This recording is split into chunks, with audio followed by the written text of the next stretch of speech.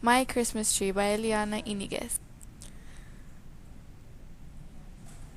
When I was younger, I thought our Christmas tree was completely normal, until one day I took another look and realized that I was very wrong.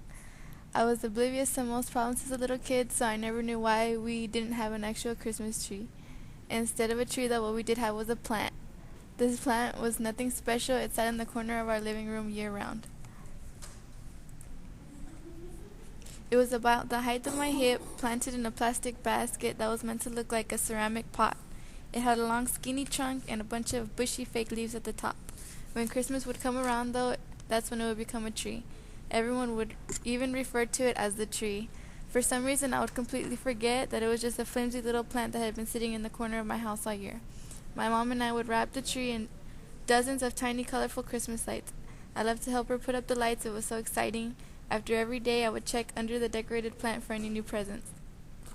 I had been to my best friend's house and seen her huge, beautiful tree decorated in tons of shiny ornaments and ribbons. Our plant was just covered in lights, no ornaments. She never said anything to me about the contrast of my Christmas plant compared to her fabulous tree. I didn't feel jealous or embarrassed because of it. I was too excited about so many other things going on. I knew that my brother and sister would be coming to visit, maybe even some cousins.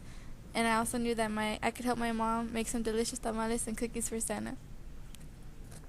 One day, my cousin from San Antonio came to our house for Christmas. We went over to the tree to check out our presents and trying to figure out what they were.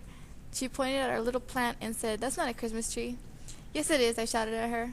Obviously, it was a tree. It was covered in Christmas lights with presents under.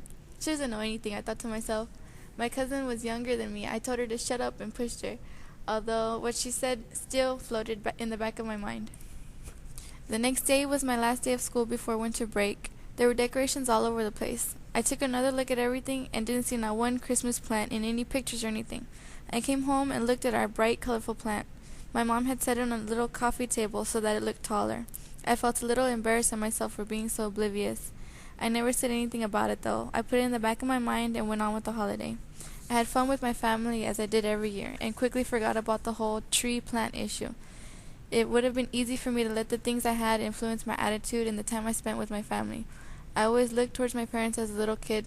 They never let the things like that affect them. And if they did, they never showed it. Eventually, as they worked toward their goals, they achieved each of them.